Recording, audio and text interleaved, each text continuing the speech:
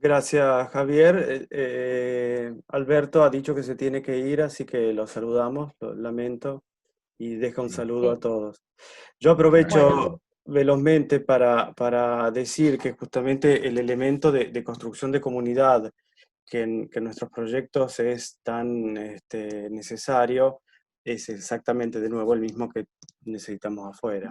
Y que, por ejemplo, en el actual proyecto que estamos llevando adelante en Marassi, con la Universidad de Génova, San Marcellino, ASMEDCOM y otras asociaciones, una línea de trabajo ha sido con el Instituto Penitenciario, agentes penitenciarios, tratando de responder a algunos intereses de tipo formativos que ellos han puesto en evidencia, como la cuestión de la interculturalidad y aspectos de formación antropológica, porque gran parte de la población de Marassi, de la cárcel de aquí, un alto porcentaje es de origen no italiano. Entonces, de alguna manera, el proyecto en ese sentido involucra también a a los que están del otro lado de las rejas, tratando bueno, que cada instancia de alguna manera sea una interfaz de mediación que propicie el diálogo, que tenga esa aproximación de tipo restaurativa.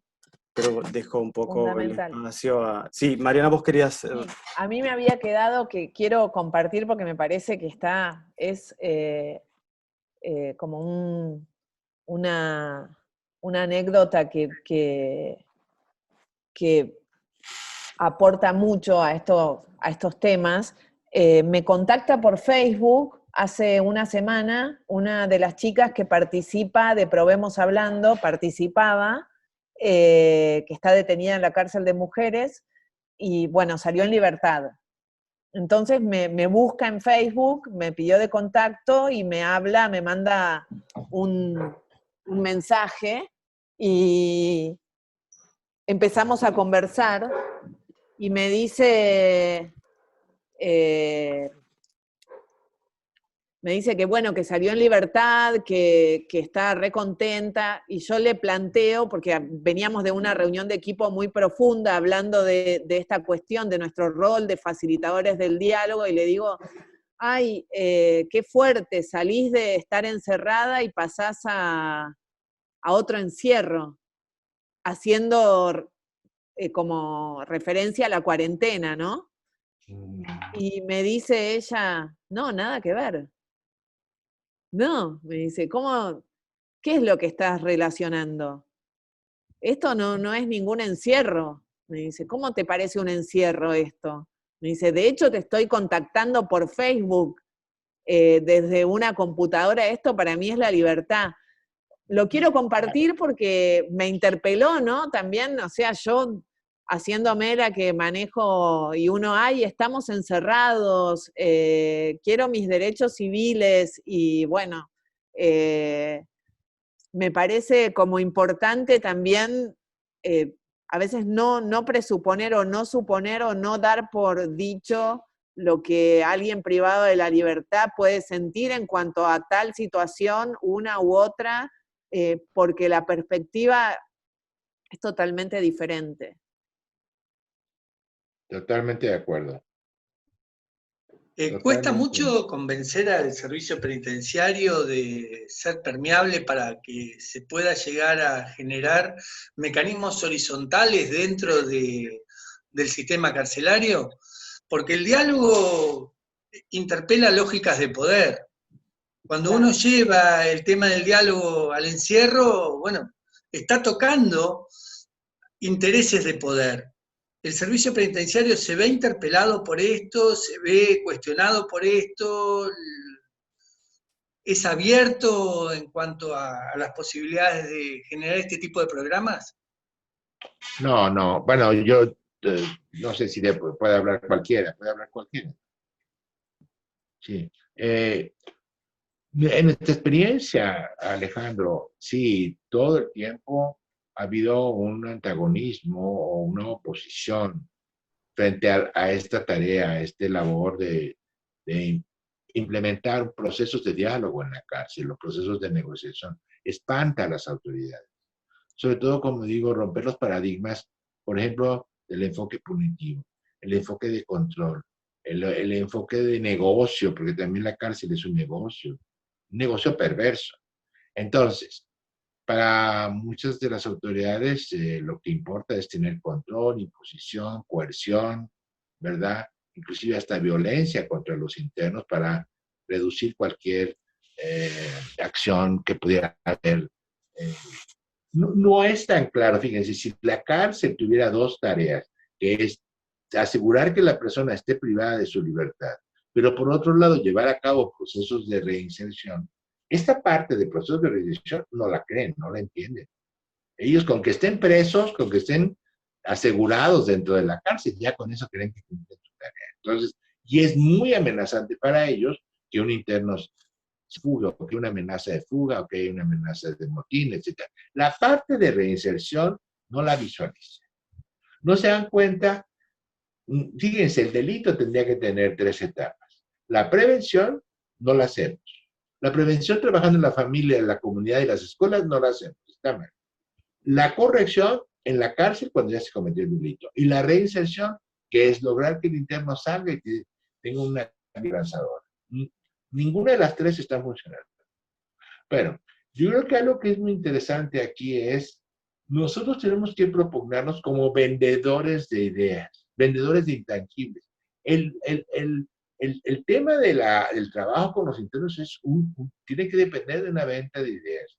Miren, yo he tenido 4 secretarios de Estado de seguridad.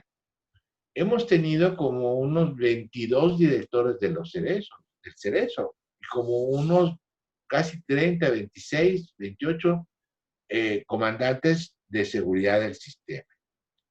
¿Esto qué implica? Que cada vez que hay un cambio, partimos de cero.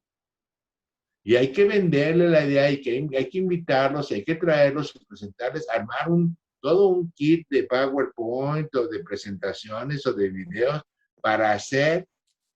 Además, Mario y Danilo son testigos de que nosotros tenemos un cuidado muy amplio de documentar las experiencias, tenemos todas las mediaciones están documentadas, todas las pacificaciones están documentadas, tenemos toda una metodología de trabajo para que los internos puedan operar, cuántas pacificaciones se hicieron, cuántas mediaciones se hicieron, cuántas discusiones se hicieron.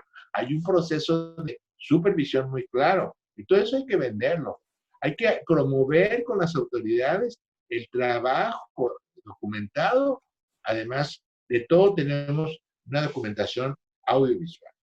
Y esto va teniendo resultados, impactos. Es sorprendente. A mí me da mucho gusto lo que está haciendo Juan Pablo en relación a utilizar recursos didácticos como son el teatro, la música.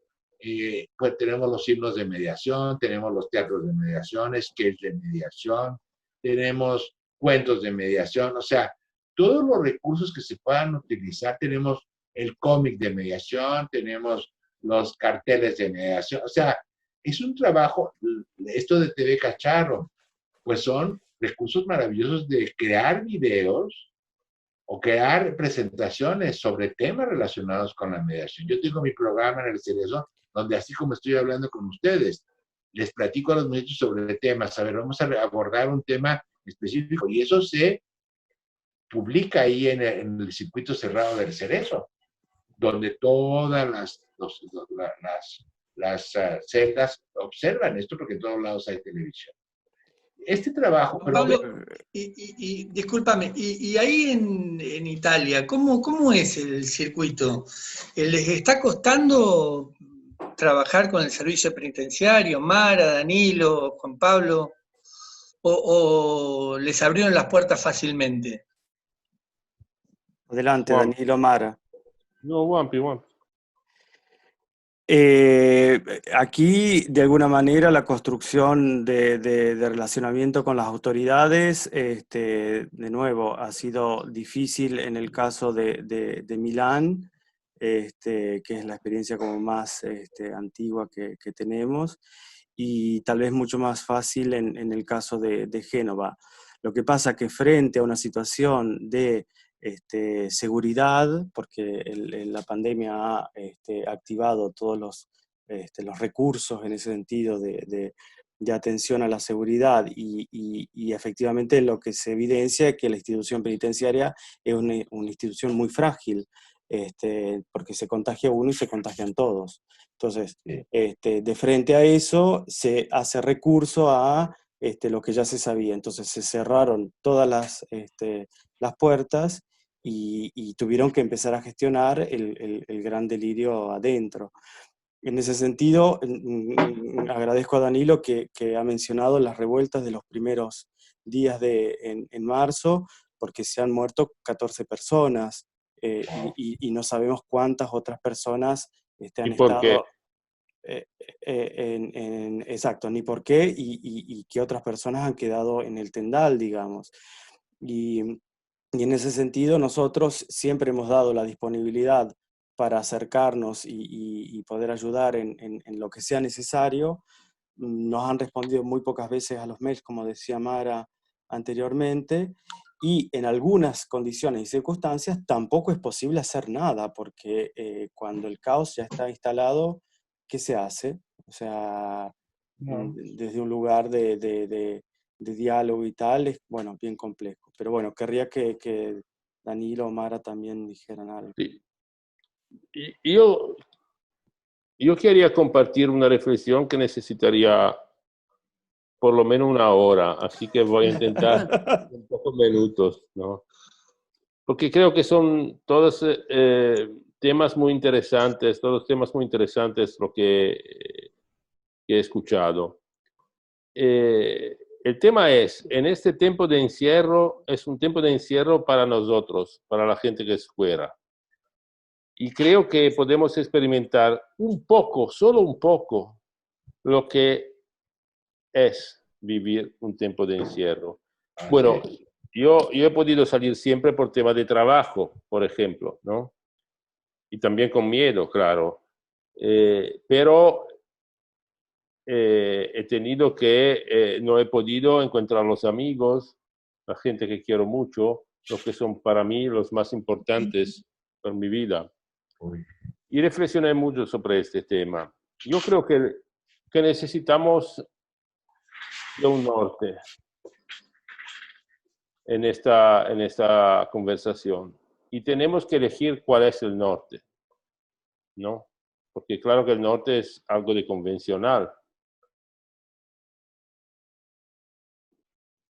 ¿El desafío cuál es? Bueno, sería fácil decir no perder nuestra humanidad, pero no creo que es este, porque es un tema muy largo. Nuestra humanidad puede producir diferentes cosas. Lo de que estamos hablando o algo de totalmente contrario. Esto porque, ¿cuáles son las características que hacen nuestra especie exitosas, ¿no? Son básicamente dos. La primera es que somos una especie migrantes. Y la segunda, que tenemos la cultura. Y este instrumento que es la palabra muy articulada para difundir la cultura. Pero la cultura son diferentes tipos de cultura, ¿no?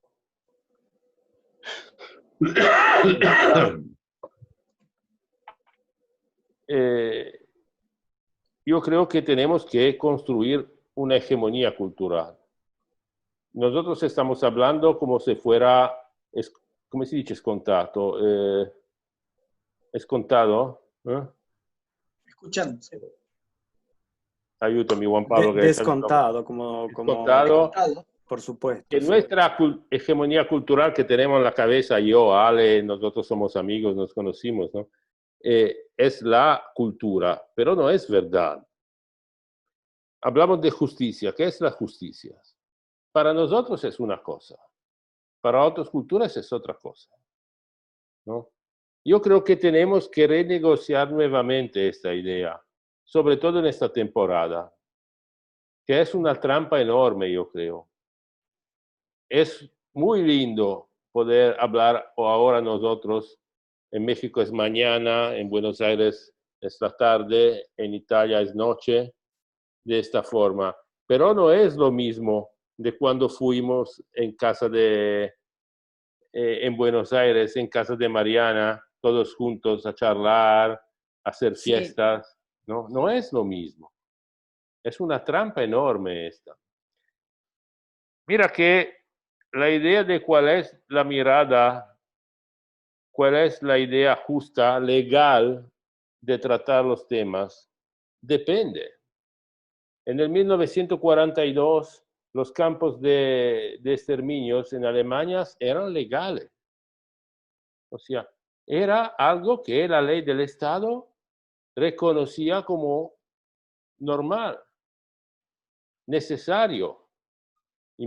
Era el norte de una mirada de una cultura, ¿no? La limpieza de la raza, todas esas locuras que no tienen fundamentos básicos biológicos, y ahora lo sabemos, probados por el tema de la biología y de la genética. O sea, no tenemos que olvidar esto. Nuestra especie puede producir diferentes formas de culturas. El tema yo creo que es, de todas estas formas de culturas, ¿cuáles las que puede ayudar a los hombres a exprimir a lo mejor sus posibilidades? Todo el trabajo de Maslow creo que es una referencia importante en este sentido, ¿no?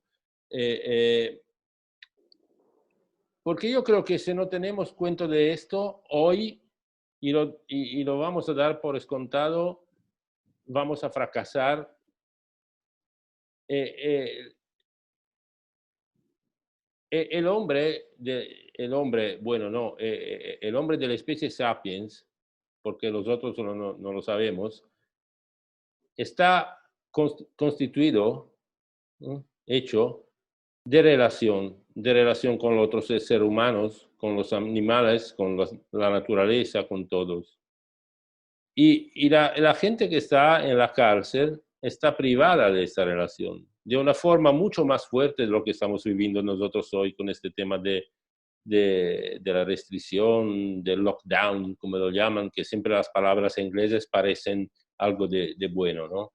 En este idioma bárbaro que tenemos que aprender. Yo creo que ese es un tema.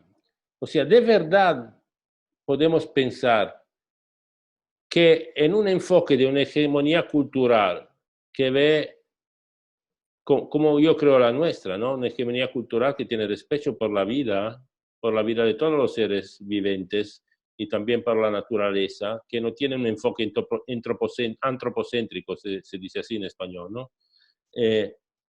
Pero que piensa que todo es un equilibrio entre los organismos viventes y no viventes también.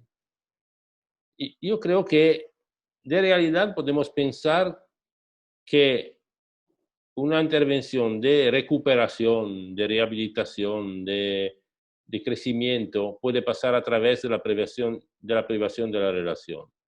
Yo creo que esa es una pregunta que tenemos que hacer. Ya deberíamos haber tenido esta pregunta antes del COVID, ¿no? Pero ahora estamos experimentando un evento histórico que nadie pensaba de mi generación o de la de los más jóvenes como Wampi o otros, de poder vivir, ¿no? Los grandes hechos históricos antes del COVID eran la Segunda Guerra Mundial o algo de parecido, ¿no? La Primera. Ahora estamos viviendo un evento histórico en el sentido histórico de la palabra. Y somos protagonistas de estos.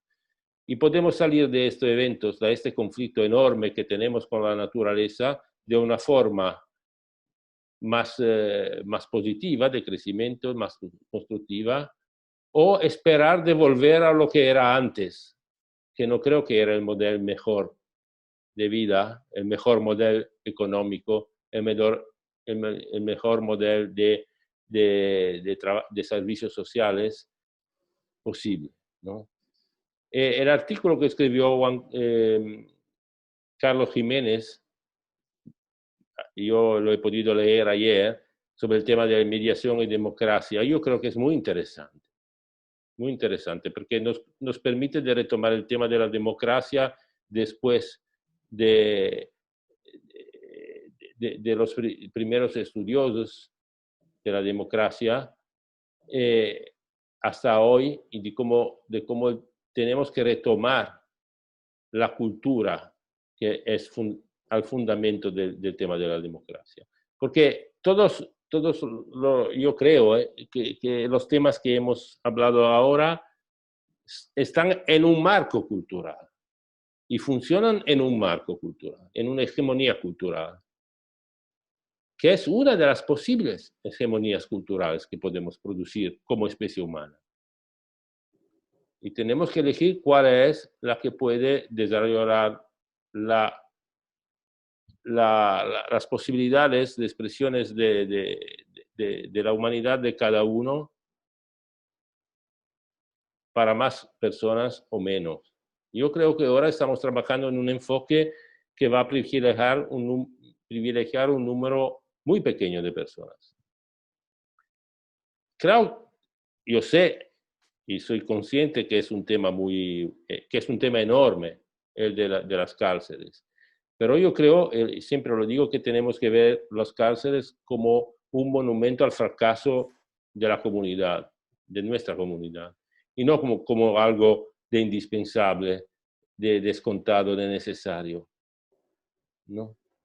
Yo no sé si son ellos que están encerrados dentro al Cerezo, o a Marassi, o a Bollate, o no sé dónde, o somos nosotros que estamos encerrados fuera.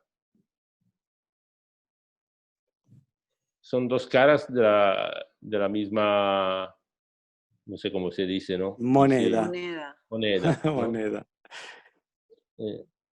Yo creo que es una oportunidad esta para reflexionar sobre este tema. Y nosotros tenemos el deber de hacerlo, yo creo. Gracias. Gracias. Mara, Gracias, Daniel. ¿querés decir? Sí, rápidamente. Yo voy a ser más sintética y, como decir, más propositiva, digamos. O sea, que estaba pensando en lo que realmente podríamos hacer, pensando en las preguntas también que nos estamos planteando como grupo. Yo en los últimos tiempos he pensado que era mejor, como decía Mariana, beneficiarios directos. Entonces invertir lo más posible en internas e internos. Si ahora, en cambio, tuviera que repensarlo, y tengo que admitir que con Danilo lo habíamos pensado para hacerlo el año que viene. Claro, luego se detuvo esta idea. Apostaríamos e invertiríamos también mucho más por crear las condiciones, por ejemplo, con un diplomado en mediación comunitaria realmente intersectorial, interprofesional, para sensibilizar y formar al personal penitenciario, digamos, a los altos cargos y a las decisoras y decisores políticos también. O sea, un poco una experiencia que Alejandro vivió como formador único en 2012, hace mucho tiempo. Javier intervino en otro. O sea, yo creo que a veces estamos obsesionados por hacer cosas con ellas y con ellos, pero si no creamos el marco donde hacerlo, entonces justamente por las debilidades de nuestros proyectos yo apostaría por eso. Y a este propósito creo que un punto de fuerza de los proyectos genoveses siempre ha sido la heterogeneidad de los profesionales, y no solo profesionales, las profesionales y los profesionales, sino también voluntarias y voluntarios, y en mi caso desde la universidad estudiantes, que pueden ser profesionales y pueden ser voluntarias y voluntarios. Entonces, yo creo que tenemos que seguir realmente alimentándonos y retroalimentándonos a través de la intersectorialidad, ¿no? Y sobre todo a través de personas que justamente se pueden permitir el lujo de trabajar en la cárcel como voluntarias, otras no. Y a este propósito creo que puede ser muy importante seguir rindiendo cuentas. ¿A qué me refiero? Me refiero, por ejemplo, que este tiempo, por lo menos un mes seguro, lo usaron los compañeros Juan Pablo y las otras compañeras, Carola, Martina y Tania, para escribir un volumen que rindiera cuenta de la experiencia de un proyecto en la cárcel, ¿no? Yo pasé este tiempo, por ejemplo, todo marzo y parte de todo abril, escribiendo un proyecto europeo que tiene muy escasa posibilidad de ganarse, pero el esfuerzo de pensar en un proyecto que uniera la parte interlingüística, intercultural, orientación sexual y de género con formaciones a policía penitenciaria, ¿no?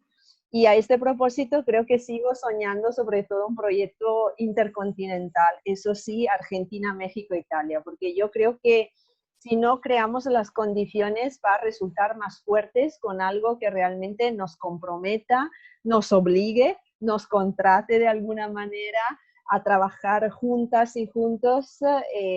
Es un poco difícil, sí que se recuperan las fuerzas cuando uno habla con ustedes como hoy, pero yo creo que un proyecto financiado por algún lado, pero que sea un proyecto intercontinental, sí que podría hacer la diferencia. Bueno, mira, perdón, comparto una noticia, Ale la sabe y él es parte. Nosotros, todo esto que estamos conversando, lo mismo que hacemos con los detenidos, también lo hacemos con los agentes penitenciarios. No hubo tiempo de compartirlo, pero algo que es muy promisorio e interesante es que nosotros tenemos un fondo acordado por el PNUD para trabajar con los agentes penitenciarios en capacitación en métodos adecuados de resolución de conflicto. Y bueno, capaz esta reunión podría ser el inicio para ver cómo podemos hacer para participar todos de manera intercontinental, como acaba de decir Mara. Ale ya es parte, ahora con los cambios, bueno, en este momento es como que todo está ahí parado. Tenemos que seguir en contacto porque, bueno, estos intercambios son los que generan las posibilidades y las opciones de trabajo conjunto. Y hoy comparto 100%, es con los agentes penitenciarios, por supuesto. Excelente. Perdón, yo quería comentar, me hizo mucho clic lo que decía Danilo y también Mariana. Un poco también lo que dice Mara. Miren, reflexionando un poco acerca de lo que nuestra experiencia penitenciaria nos puede llevar a digamos, elaborar mentalmente. Yo creo que estamos experimentando una incapacidad de resistir. Esa canción española de Resistiré, creo que tiene mucho más que la cultura de la resistencia. Tiene que ver con la capacidad de adaptarnos, amigos. Esa es nuestra naturaleza, adaptarnos a las condiciones. Yo creo que hemos perdido mucho eso. La capacidad de adaptarnos a condiciones. El hombre ha pasado por experiencias extremas, graves. Podríamos hablar de la inmunidad social, es decir, no solamente hablamos de la inmunidad física, sino la inmunidad social. Me parece que es muy delicado eso. Por ahí oí al Papa Francisco hablar de las pandemias, que no son solamente las enfermedades, sino otro tipo de pandemias que son muy graves. Entonces, Mariana dijo algo que a nosotros también nos movió, porque cuando hablábamos de nuestra experiencia de claustramiento, de encierro, los internos decían, bueno, pero ¿cuál es tu encierro? Porque tienes tu refrigerador lleno de comida, tienes una estufa con características excelentes, tienes un televisor, etc. Y cuando fuimos revisando, no tiene nada que ver, amigos. Ellos nos llevan un camino enorme en la adaptación y en la resistencia. Como sociedad tendríamos que tener, es decir, yo me pongo a pensar en la historia de la humanidad. En la Segunda Guerra Mundial, ¿quién tuvo que resistir? Francia. O las bombas en Japón. ¿Y eso qué ha sido? Pues detonadores para crecer, amigos. O a lo mejor Corea del Sur. Hay ejemplos en la humanidad enormes de sobrevivir al dolor, a la adversidad, a experiencias de impacto o bueno, pues es la resiliencia, la capacidad de sobrevivir a la adversidad, de manejar la adversidad. Entonces, yo creo que ese es un enfoque que tenemos que visualizar y que necesitamos lograr que esto se fortalezca en el ámbito penitenciario. Y claro, para mí es una lectura, una lección de vida, porque cada día me despierto y digo, bueno, a ver, ¿dónde está el problema? Miren, mucho del problema, cuando yo trabajo con los jóvenes que están en la clínica de desintoxicación, es darme cuenta que son incapaces de resistir, de adaptarse, porque tiene representaciones mentales cerradas. Es un tema también de conciencia.